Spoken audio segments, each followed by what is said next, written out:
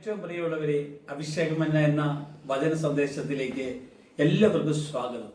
ഇന്ന് ചിന്തയ്ക്ക് ആധാരമായ ദൈവവചനം ദാനിയേൽ പ്രവചന പുസ്തകം 3-ാം അധ്യായത്തിൽ നബൂഖദ്നേസർ രാജാവ് പൊന്നുകൊണ്ട് ഒരു ബിംബം ഉണ്ടാക്കി. അതിന്റെ ഉയരം 60 മുഴവും വണ്ണം 6 മുഴവുമായിരുന്നു.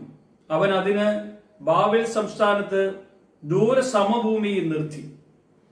നബൂഖദ്നേസർ രാജാവ് ഉണ്ടാക്കിയ ബിംബത്തെ ആരാധിക്കണമെന്ന് രാജ്യത്തിലുള്ള സകല ജനങ്ങളോടും പറഞ്ഞപ്പോ 3 യുവാക്കന്മാരാകട്ടെ, ഞങ്ങൾ ആരാധിക്കുന്ന ഞങ്ങളുടെ കർത്താവുണ്ടല്ലോ, ഞങ്ങളുടെ ദൈവം, അവൻ ഞങ്ങളെ ഈ തീജ്വാലയുടെ ഉള്ളിൽ നിന്ന് രക്ഷിച്ചില്ലെങ്കിൽ പോലും രാജാവ് ഉണ്ടാക്കി ഈ ബിംബത്തെ ഞങ്ങൾ ആരാധിക്കില്ല എന്ന് അവർ പറയുകയും അവരെ 3 പേരെയും കൈയും കാലും ബന്ധിച്ചുകൊണ്ട് അഗ്നികുണ്ഡത്തിലേക്ക് വലിച്ചെറിഞ്ഞു. എന്നാൽ ഈ അഗ്നികുണ്ഡത്തിന്റെ നടുവിൽ 3 പേര് എറിയപ്പെട്ടെങ്കിൽ 4ാമത് ദൈവപുത്രനായ യേശുക്രിസ്തുവിനോട് കൂടെ അവർ ദൈവത്തെ ആരാധിക്കുന്നതാണ് അവിടെ കാണാൻ ഇടവന്നത്. യേശുക്രിസ്തുവിൽ ഏറ്റവും പ്രിയമുള്ളവരെ, നമുക്ക് വിരോധമായും എതിരായും നമ്മളെ ബന്ധിച്ച് ലോകത്തിലും പാപത്തിലും തിന്മയിലേക്കും തള്ളിവിടാൻ വേണ്ടി നോക്കിയാൽ, ഈ ബന്ധനങ്ങളുടെ നടുവിൽ പൗലോസിനും ശീലാസിനെയും തടവറയിൽ ഇട്ടപ്പോൾ ആ തടവറയുടെ ചങ്ങലകൾ അഴിച്ചുവിട്ടതുപോലെ എന്നെ രക്ഷിക്കാൻ കഴിയുന്ന ഒരു കർത്താവുണ്ട്.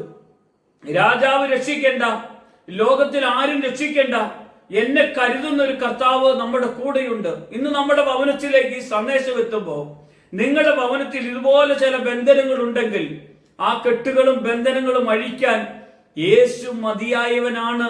വിശ്വസിക്കാമോ? യേശുവിനെ വിശ്വസിക്കാമോ? അവന്റെ നാമത്തിൽ ഒന്ന് പ്രാർത്ഥിക്കാമോ? നിന്റെ പ്രശ്നങ്ങൾ ഇന്ന് മാറും, നിന്റെ ബന്ധനങ്ങൾ ഇന്ന് അഴിയും, നിന്റെ ഭാരങ്ങൾ ഇന്ന് പോകും. നിന്റെ മക്കൾ നിനക്ക് നിന്റെ ഭവനത്തിൽ അസ്വസ്ഥത വരുത്തുന്നുണ്ടോ എങ്കിൽ നീ കർത്താവിനോട് പറ, ആ ബന്ധനങ്ങൾ അതോ അഴിഞ്ഞു മാറ്റും കർത്താവ്. അത് അഴിച്ചു മാറ്റാൻ കഴിയുന്ന ഒരു കർത്താവ് ഇന്ന് നമ്മുടെ നടുവിൽ കടന്നു വന്നിട്ടുണ്ട്. ചേർന്ന് നമുക്ക് പ്രാർത്ഥിക്കാം. കർത്താവ് എത്ര മഹത്വമുള്ള ദൈവമാണെന്ന് അറിയാമോ? 3 യുവാക്കന്മാരുടെ കൂടെ തീജ്വാലയ്ക്ക് നടുവിൽ നൃത്തം ചെയ്തെങ്കിൽ, അതുപോലെ തന്നെ സിംഹക്കുഴിയിൽ ദാനിയേലിനോട് കൂടെ കരുതിക്കൊണ്ട് ദാനിയേല് സിംഹക്കുഴിയിൽ എറിയപ്പെടുമ്പോൾ സിംഹത്തിന്റെ വാ പൂട്ടിയ ഒരു കർത്താവിനെ നമുക്ക് കാണാൻ കഴിയാം. ഇതുപോലെ നമ്മളെ എവിടെ ഇട്ടാലും അവിടെ നമ്മുടെ കർത്താവുണ്ട്. നമ്മൾ കർത്താവിന്റെ കൂടെയാണോ, നമ്മളെ കർത്താവ് നോക്കിക്കൊള്ളും. നമ്മൾ നോക്കണ്ട, നമ്മളെ കർത്താവ് നോക്കിക്കൊള്ളും. നമ്മൾ കർത്താവിനെ നോക്കിയാൽ മതി, കർത്താവിന്റെ കൂടെ ജീവിച്ചാൽ മതി. കർത്താവ് നമ്മളെ അനുഗ്രഹിക്കട്ടെ. കർത്താവിന്റെ ആത്മാവിൽ എപ്പോഴും ഒന്നായി ജീവിക്കാൻ കർത്താവ് ഇടയാക്കട്ടെ. യേശുവിന്റെ നാമത്തിൽ തന്നെ ആമേൻ.